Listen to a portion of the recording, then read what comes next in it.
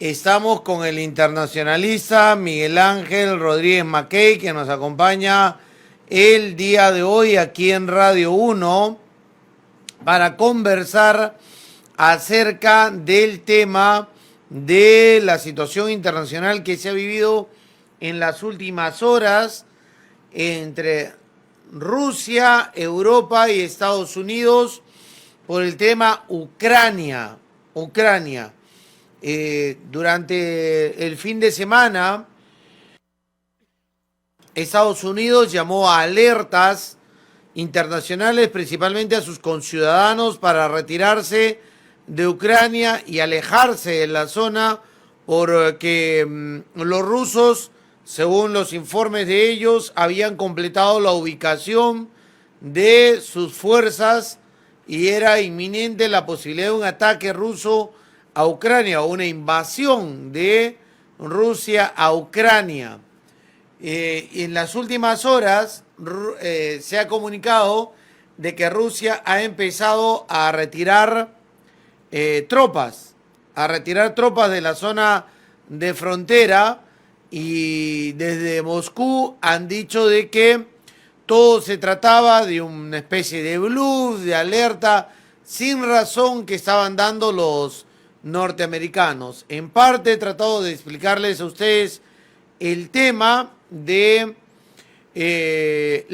las posiciones rusas para mostrarse en contra de que Ucrania entre a aliarse con los europeos en la OTAN y que puedan sentir un peligro para su seguridad, que Ucrania esté más vinculado a Europa que a la influencia rusa.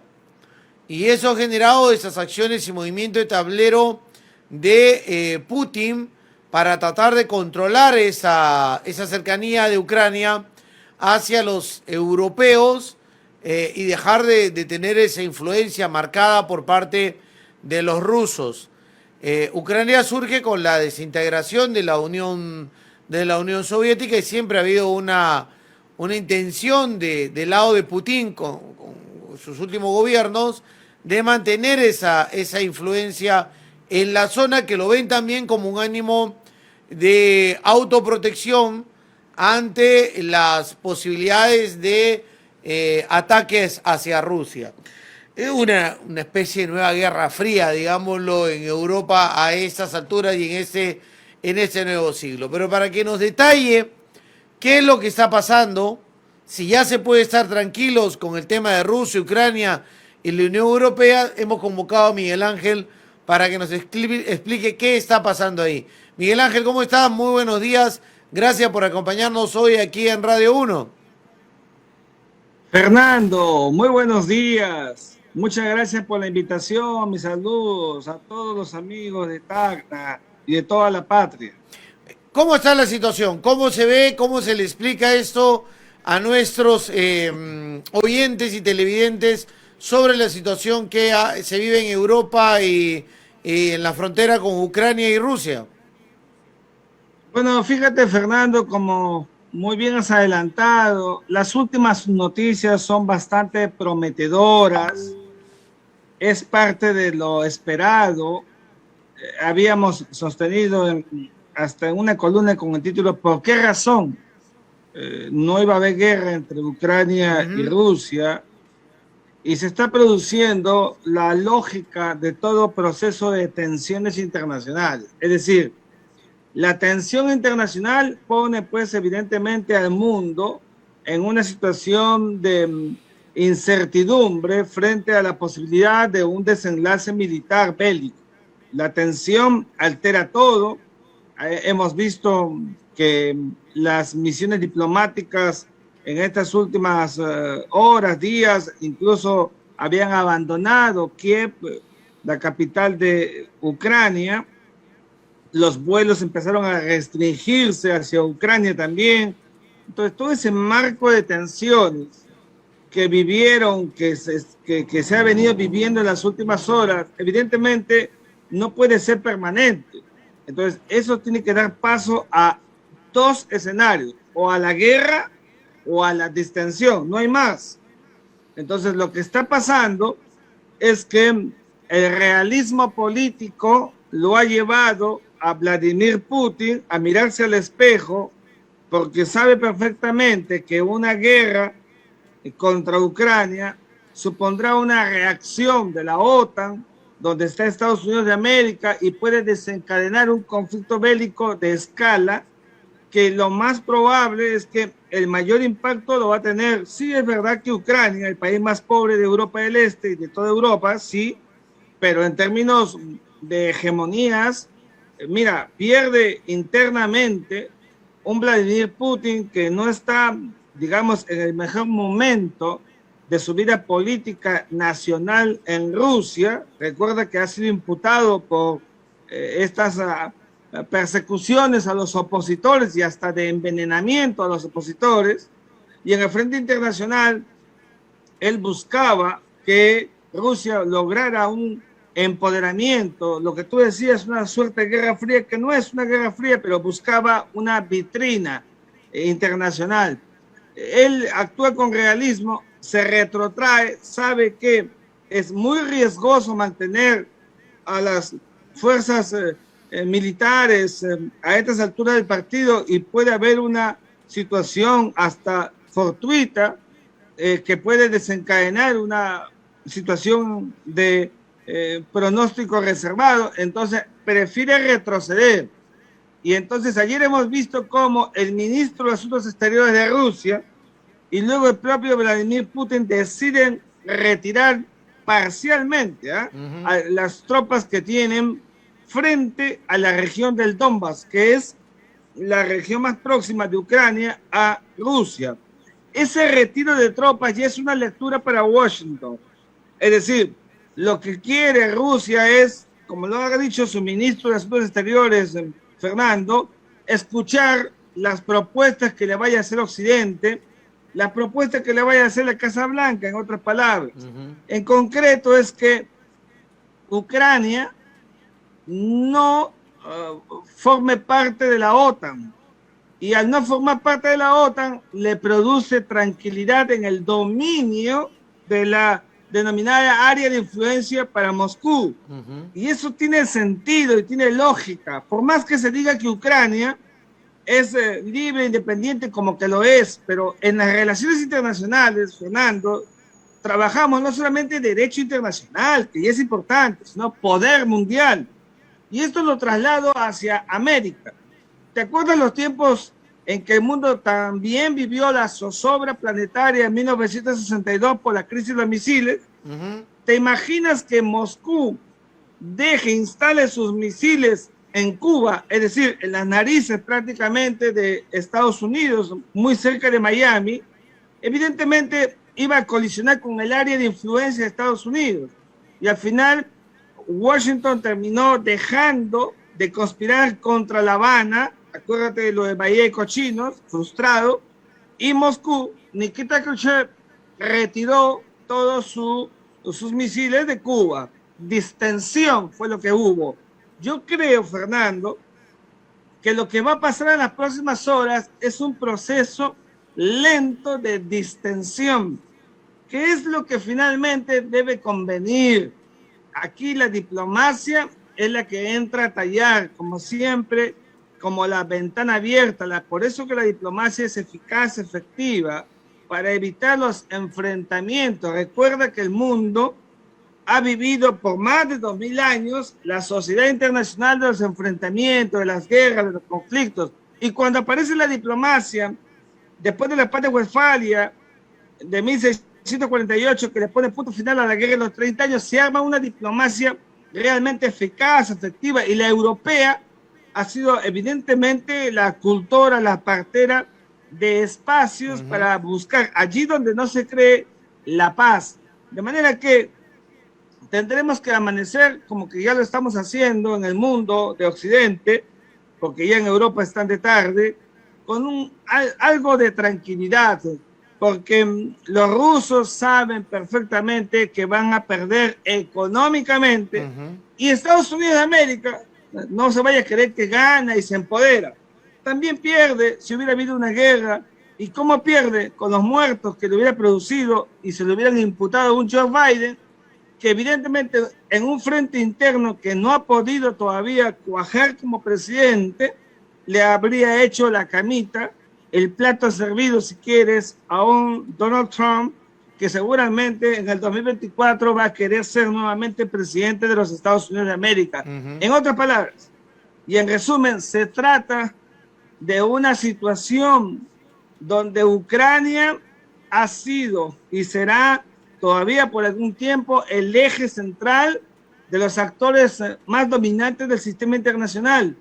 De todas maneras, Moscú logró algún tipo de empoderamiento, desplazó por algunos momentos a China, que tampoco está tan preocupada en guerras, sino más bien en dominar económicamente al mundo. La historia de China es distinta. Y un Estados Unidos que tenía que voltearle la página a las imputaciones sobre Afganistán, que te acordarás de hace algunos meses, señalándolo a Joe Biden como el presidente de la derrota, que trajo al imaginario estadounidense lo de Vietnam, que también fue una derrota, y entonces Estados Unidos buscaba con Joe Biden también un escenario internacional, pero a mi juicio los reflejos todavía no son los esperados del presidente de Estados Unidos.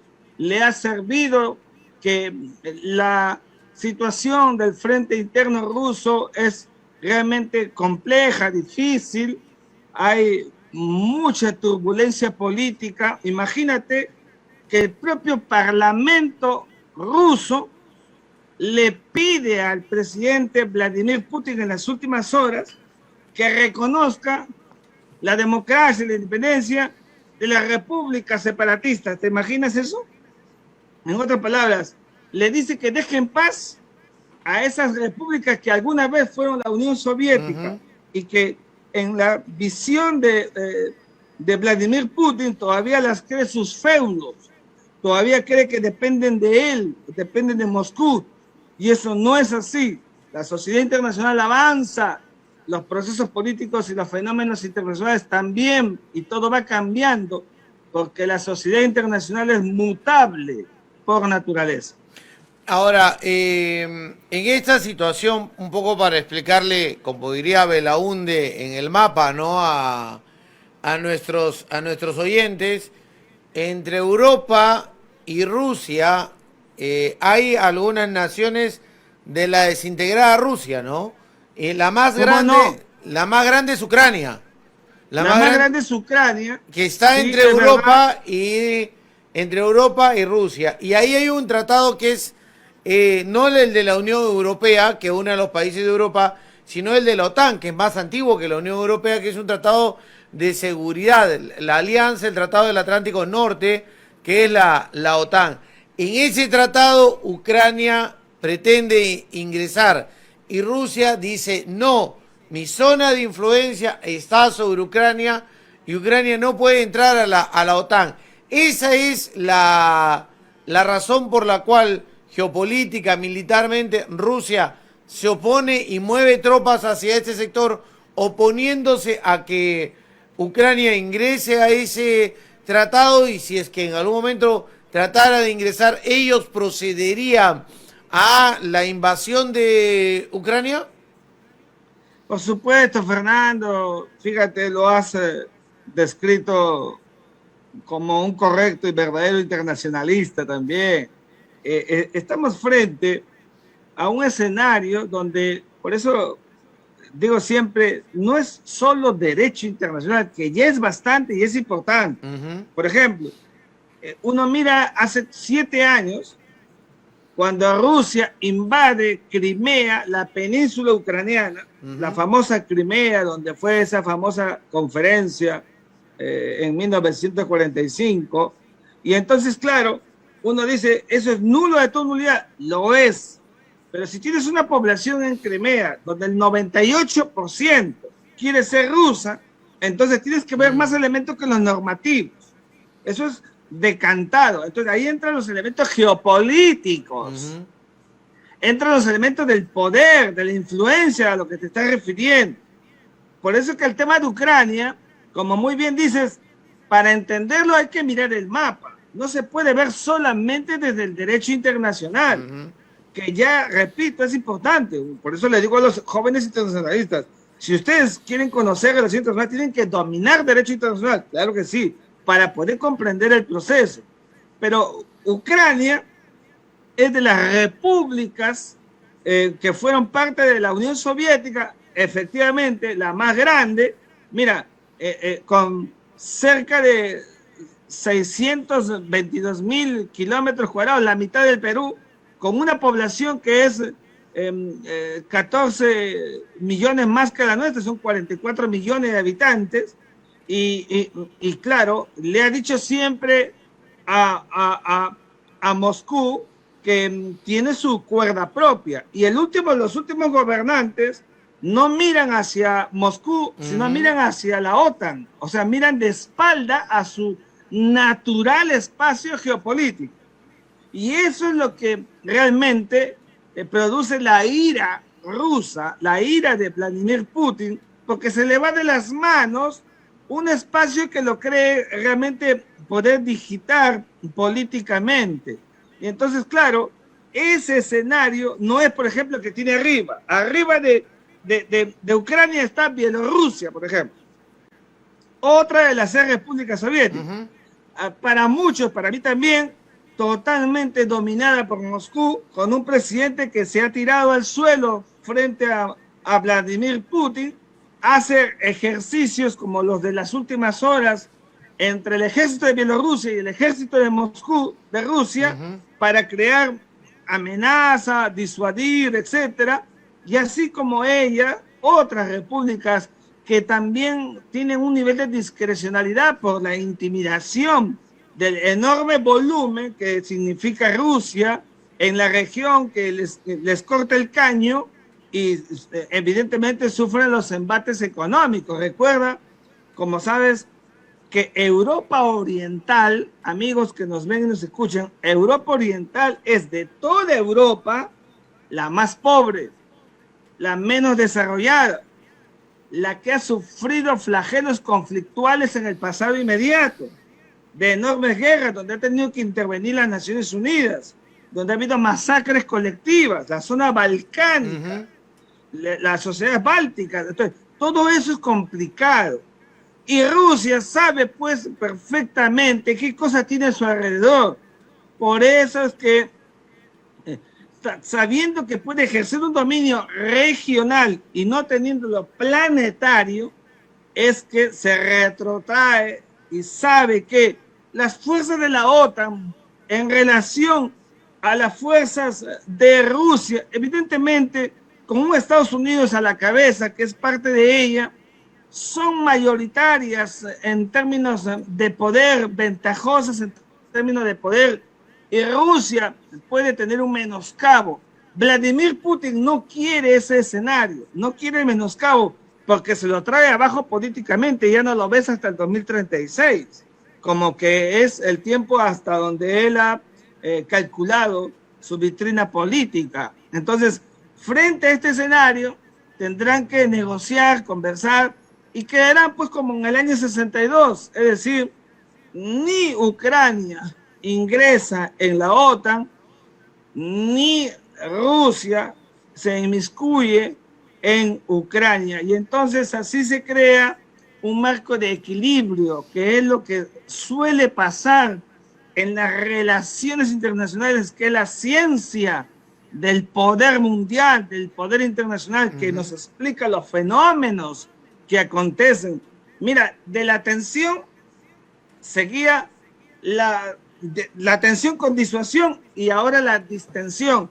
Ese aparejo que lo dijimos en una columna en Correo no es tampoco descubrir nada, es la lógica de un proceso que se arma en el sistema internacional, pero que también depende de los actores, porque de la tensión pudo haberse pasado a la guerra, Fernando. Ya, pero ahora, Dios, sácame una duda. ¿Qué pasó en el 62? Porque esto, más allá de la responsabilidad rusa y el movimiento ruso, también es un tema que tiene que ver con Occidente, porque se quedó en que Ucrania era casi una especie de frontera con Rusia, o se respetaba a Rusia, nadie la tocaba, se respetaba a Ucrania, ni Rusia ni Europa tocaban 1 centímetro de Ucrania, y vienen los europeos y le dicen, ven a la OTAN, acércate a nosotros, y Rusia dice, oye, un momento, en el 62 hemos quedado una cosa y ustedes están violando eso, y eso afecta a nuestra seguridad interna. ¿No es responsabilidad de Occidente haber abierto esa puerta? ¿Qué pasó en el 62? Fíjate, ahora te digo lo que pasó en el 62, pero déjame decirte que, por supuesto, aquí no hay que eximir de responsabilidades a Estados Unidos, y mucho menos yo lo voy a hacer, que comprenderás que hemos condenado la teoría de la guerra preventiva que no la cree nadie. Cuando Estados Unidos decide ingresar en Irak, a más allá del informe Tenet, a pesar que no había armas químicas, claro, en Irak para ir sobre Saddam Hussein, tira al tacho el derecho internacional y todos lo sabemos. Por esa razón, Estados Unidos ya tenía ahí prefigurada una mala imagen internacional, y por eso es que cuando viene la primavera árabe, 6 años después, Estados Unidos, consciente de ello, ya no es directamente el que entra en Libia, sino a través de la OTAN, como lo está haciendo ahora, pues, por las imputaciones. Entonces, mira, en 1962, solamente a 2 años, 3 años de haberse producido la revolución cubana con Fidel Castro, Camilo Cienfuegos y el Che Guevara, Cuba evidentemente se vuelve una sociedad marxista, comunista, y entonces, claro, ante un escenario de guerra fría, del mundo bipolar, mundo capitalista, mundo comunista, evidentemente era una desazón contener a una Unión Soviética que quería penetrar en Occidente. Estados Unidos se puso en sus 4, como corresponde, y hizo saber cuál era la dinámica, y por eso que Estados Unidos, una vez advertido que Fidel Castro se declara a la revolución y al país comunista, lo que hace Fidel Castro evidentemente provoca en Estados Unidos una reacción, y viene Bahía de Cochinos, ¿te acuerdas? Sí, claro. Una invasión frustrada.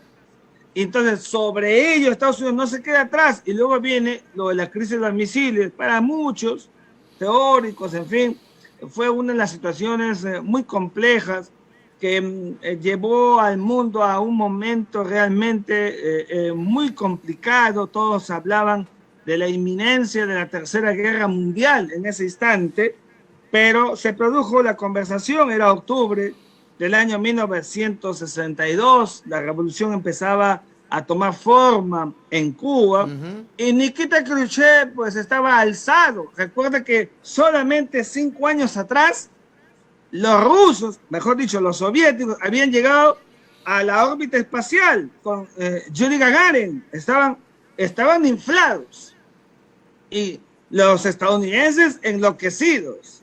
Y claro, el cosmonauta Yuri Gagarin le estaba dando un empoderamiento a Rusia que solamente Estados Unidos conseguiría 7 años después, cuando llega a la Luna, en 1969. Entonces, esta es otro capítulo de la guerra espacial, ¿no?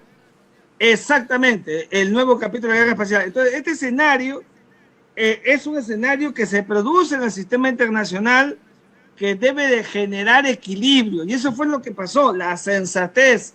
Nikita Khrushchev sabía perfectamente que la alianza con Cuba se iba a mantener, pues, pero poner misiles en las narices de Washington, de Estados Unidos, era realmente muy provocador, como lo es ahora. Y eso tiene sensatez. En las relaciones internacionales hay que tener sensatez. No digo moral, porque la moral no está asociada al poder, y tampoco digo que sea inmoral, simplemente que es amoral. O sea, no toma en cuenta los valores, la axiología política, los valores, toma en cuenta los intereses y las consecuencias que producen los intereses de los actuantes. Ya sabemos que los intereses en Ucrania están asociados a un espacio geopolítico que permite sacar gas, que permite sacar petróleo, de una Unión Europea que lo pide a gritos, que después de la Segunda Guerra Mundial hizo malabares para empoderarse como bloque, que con la salida del Reino Unido ha sido debilitada, donde una Alemania sobresale, y que sabe que no puede actuar sola y se asocia cada vez más a un Estados Unidos que en estos momentos está buscando redituar una hegemonía. Mira, Estados Unidos lo que quiere en estos momentos es el mundo unipolar, que no haya, pero lo quiere otra vez. ¿Qué mundo unipolar? Donde Estados Unidos es solito, mejaraneo, solito en el sistema internacional. Ya eso no existe para Estados Unidos, porque China crece a pasos agigantados y detrás de China está también creciendo y mucho la India, ojo con ello, y entonces hay una suerte de equilibrio internacional que evidentemente nos coloca en otro momento de la historia. Por esa razón es que como hay una suerte de horizontalidad internacional, es más complicado que haya una guerra, un escenario conflictual. Cuando hay polarización, allí sí, porque el que tiene poder manda, el que tiene poder doblega, y eso no estamos viendo. La disuasión como práctica es lo que está dominando en estos momentos al bloque entre Estados Unidos, Occidente, si quieres, y Rusia, y el mundo de Oriente. Así funciona el sistema internacional. Y regresando al 62, ¿hubo acuerdos ahí? Sí. O sea, mientras nosotros veíamos la crisis de los misiles en este lado del continente, en Cuba y Estados Unidos, en el Caribe, por el otro, o sea, ¿también negociaban otros temas? O sea, lo que negociaban era justamente el tema de evitar la escalada, como ahora, ¿no? Desescalar, evitar la escalada. Y por eso es que no solamente se retira de Cuba, ojo, también de Turquía, porque Turquía es otro escenario complicado, complejo. Los turcos no saben si son europeos, no saben si son asiáticos, están en la puerta de espera, en la cola para entrar a la Unión Europea. También es otro tema que podríamos hablar otro día. Pero digamos, es un conglomerado de intereses, de asuntos, donde lo que se ve es lo relevante para el sistema internacional. Por esa razón es que, así como la política interna se visualiza y es relevante por lo que hagan los políticos, en la vida internacional pasa exactamente lo mismo. Por eso es que ahora vamos a ver este proceso de distensión que debe seguir. Vamos a ver en el balance a quién es que realmente le ha dado réditos en la política internacional de cara a querer, evidentemente, buscar el empoderamiento. Yo creo que por lo que está pasando, evidentemente, Estados Unidos y Rusia se retrotraen a discreción. No hay un ganador del todo de este marco de tensiones, porque así están puestas las coordenadas internacionales. Pero Rusia no logra perder su influencia ahí entonces, porque no logra acá hay un oyente que pregunta, ¿por qué Rusia desea los territorios de Ucrania? Es por historia, dice el señor Gallego, y agrega, ¿cuál es el interés ruso en los territorios de Ucrania? Porque Bielorrusia apoya decididamente al Kremlin. Bielorrusia está sobre Ucrania, ¿no? Así es. Y sobre Bielorrusia está Estonia, Lituania, Letonia, si no me equivoco, y más arriba está Finlandia, ¿no? De toda esta frontera amplia. Pero comprenderá, Fernando, que sacar el gas y el petróleo por esos territorios es carísimo. Y sí va por Ucrania. Y por Ucrania es lo mejor. Y le vende gas a Europa. Así es. Y por esa razón es que, evidentemente, con una Ucrania ingresada en la OTAN, las circunstancias iban a cambiar. O sea, tenemos que mirar aquí que el marco de influencia está asociado al tema económico. Claro, uno dirá, estas semanas de tensión, donde se elevó el precio del gas y del petróleo, ¿le ha convenido a Moscú? Sí, es verdad, puede ser, pero eso no es el rédito político-económico esperado para una Moscú que viene siendo sancionada sistemáticamente por Estados Unidos, por los países de Occidente, por el Reino Unido, por las Naciones Unidas, etcétera, desde hace ya algún buen tiempo, sobre todo cuando anexan Crimea de facto. De manera que ese es el escenario, Fernando. Yo creo que hay que seguir esperando. Todavía no podemos cantar victoria de una distensión total, pero yo creo claro, que... ahora, disculpa que te interrumpa, hay un costo, o sea, también Rusia tiene, si bien busca este tema de influencia, si ellos deciden ingresar, una cosa es invadir, ¿no? Que es lo que hizo Estados Unidos en Irak, que es lo que hizo en Afganistán. Y otra cosa es permanecer ahí con la población, con la gente, tener el control. Es una cosa totalmente diferente, ¿no? Conquistar es quedarte ahí, anexar, ya te genera una guerra interna y un problema mucho más grande. Más Muchísimo allá más de grande de que porque... vengan Estados Unidos, la OTAN y todo lo demás, el tema es permanecer ahí. Además, mira, Fernando, el cálculo era que si Rusia ingresaba, iban a morir en solamente un proceso bélico inmediato feroz 50.000 personas. ¿Te imaginas tú? Mira, lo calculado. Y eso evidentemente era una situación pues que tenía que meditarse, y ha habido cálculo político sobre este asunto también. Las invasiones sobre el Donbass no se puede creer pues que va a ser como la de Crimea, de brazos cruzados y ver que los tanques entran. No, porque en Crimea no había ninguna fuerza, y en cambio en estos momentos sí hay fuerzas en el Donbass, que es la región ucraniana más próxima hacia Rusia. Entonces allí hay evidentemente una situación que pudo haber generado un acto bélico que todo el mundo, por supuesto, hemos estado preocupados. Permíteme ahí entonces, que hablas de Donbass, preguntarte algo que pregunta el señor Brady Cutipa. ¿Y qué hay de los acuerdos de Minsk?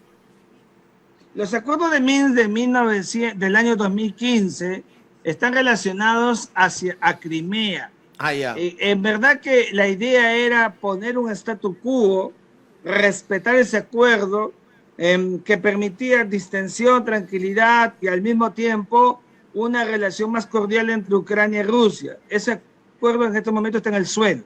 Ya. No se cumple. No se cumple por la misma razón que estamos diciendo. O sea, Rusia no se quita de la cabeza política de que Ucrania es un estado y que no tiene nada que ver ni depende, pues, no es una provincia rusa.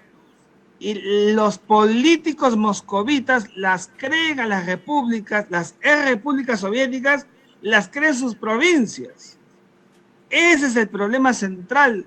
Y esa geopolítica de educarse para que las comprenda, como le está pidiendo el Parlamento ruso a Vladimir Putin, como naciones independientes, le cuesta mucho a los gobernantes, sobre todo a Vladimir Putin, en Rusia. Y ese es un tema muy complicado, muy difícil, porque la presencia rusa en la zona este de Ucrania es gravitante, es evidente, es notable.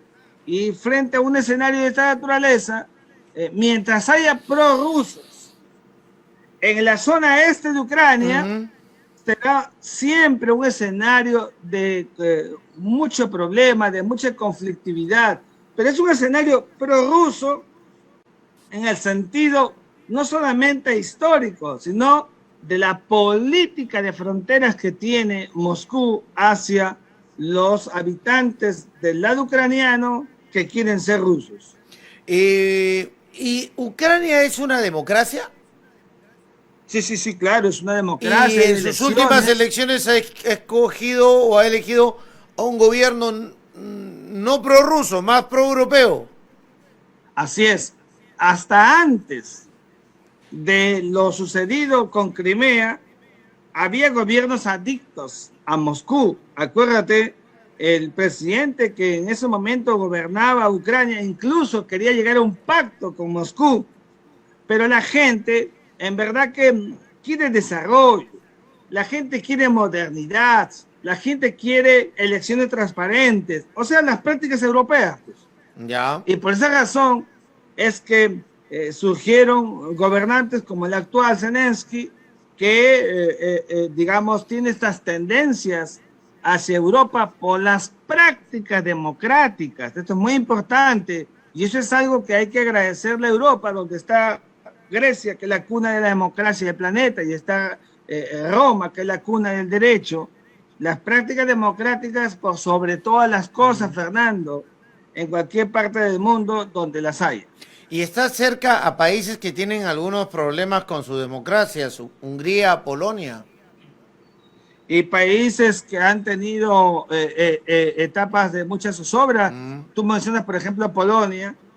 Yo me acuerdo el arzobispo de Cracovia y sacerdote de Wadowice, Karol Wojtyła, Juan Pablo que II. se enfrentó, Juan Pablo II, que se enfrentó, ¿no es cierto?, a todo un aparato comunista en los tiempos de la Guerra Fría, cuando él fue elegido Santo Padre en 1978, donde evidentemente el radio de acción soviético, entonces Unión Soviética, era muy grande. Acuérdate del famoso Pacto de Varsovia, que era la contraparte de la OTAN.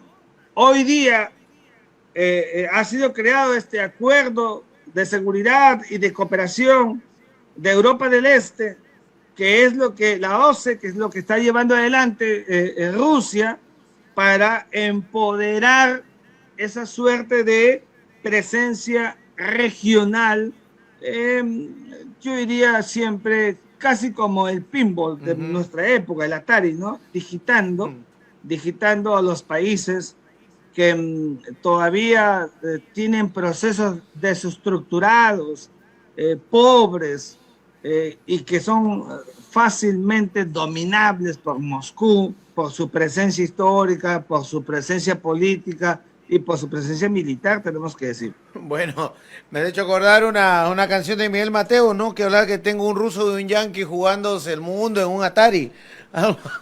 Ahora sería un PlayStation que están jugando a estos juegos de guerra que estamos viendo.